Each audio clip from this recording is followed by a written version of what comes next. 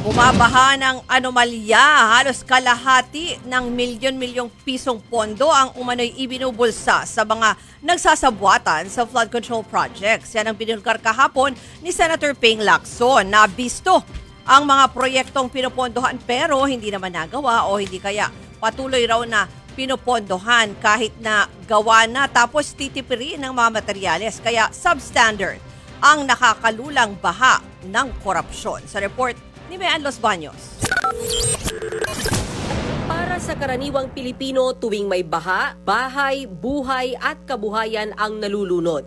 Pero para sa ilan, ang bawat pag-apaw ng tubig ay pagkakataong rumagasa ang milyon-milyong pisong ibinubulsa mula sa kaban ng bayan. Nakakapanlumo at nakakalula ang talamak na korupsyon na ibinulgar ni Senator Ping Lacson sa kanyang privilege speech.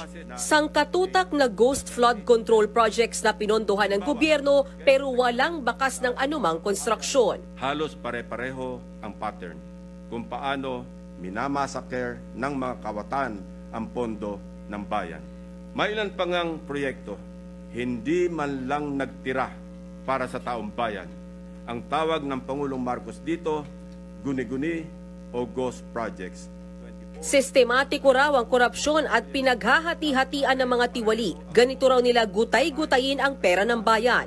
Halimbawa, 100 million pesos ang pondo para sa isang flood control project. Minus ang mga buwis at insurance, 82 million pesos na lang ang matitira na panggawa mismo ng proyekto. Kikickback umano ng 8 to 10% ang district engineer ng DPWH. 5 to 6% para sa Bids and Awards Committee, 0.5 to 1% daw para sa taga-commission audit. Hindi pa siya natatapos, sabi ni Senator Lacson. May tinatawag pang parking fee o royalty na hanggang 6%. Ito naman ang lagay na ibinibigay sa politiko na may kontrol sa distrito kung saan itatayo ang proyekto. Kakamenos, ang ending 35 million hanggang 40 million pesos na lang ang matitirang pondo. 20 to 25% ang karaniwang napupunta sa funder o project proponent na politiko. Ang matitirang pondo para sa pagpapatayo ng proyekto ay napakaswerte ng umabot sa 40%. Pinuntahan ng team ng senador ang mga questionableng proyekto, gaya ng paulit-ulit na pinondohang dike sa Arayat, Pampanga na paulit-ulit ding nasisira. Pinuna rin ang Bawang River Basin sa La Union. Bigla na lang daw itong nagka-budget ng halos 1 bilyong piso noong 2024 kahit 100 million pesos lang ang nasa National Expenditure Program. Nasilip din ni Lacson ang proyekto sa Baco at Nauhan Oriental, Mindoro. Hayagan pa nga raw inangkin ng isang kongresista ang project na kinuha ang pondo sa unprogrammed funds. Ang tinutukoy riyan naka-flash sa screen. Si First District Oriental Mindoro Representative Arnan Panaligan. Nakaalam ko po, masalimuot ang proseso ng paggamit ng unprogrammed appropriations under the Special Purpose Fund. Ano kaya ang taglay na agimat ni Congressman?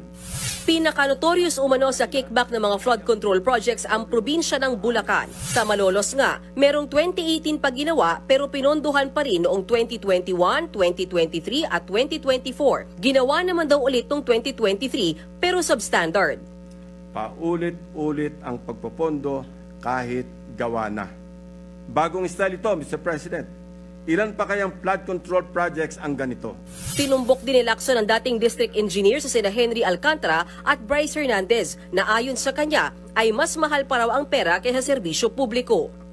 Sa District Engineering Office na ito, sa ilalim ng pamumuno ng dalawang nabanggit na opisyal, para sa taong 2024, 28 proyekto ang pare-pareho ang pondo kahit magkakaiba ang specs, disenyo at haba. Ang isa sa kanila ay nakakapagpatalo ng 100 milyon sa isang kasino dito sa Metro Manila. Sa Hagonoy naman, merong tinatawag na distinct budget o yung pare-parehong halaga ng proyektong magkakaiba. Gaya nitong 77.9 million pesos na riverbank protection structure. Nakapresyo ng isa pang flood control project na parehong hawak ng Darcy and Anna Builders. Mga proyektong multo, nawawala. Pero hindi lang yan ang multo, kundi pati raw ang mismong kumpanya. Pinuntahan ito ng team ni Lacson base sa address na nakalagay sa mga dokumento.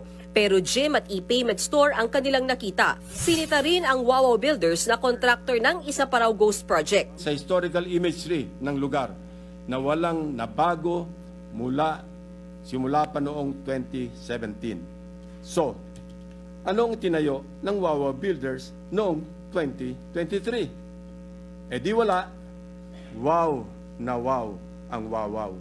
Handa raw si Lacson na magsumiti ng mga ebidensya tungkol sa kanyang mga isiniwalat.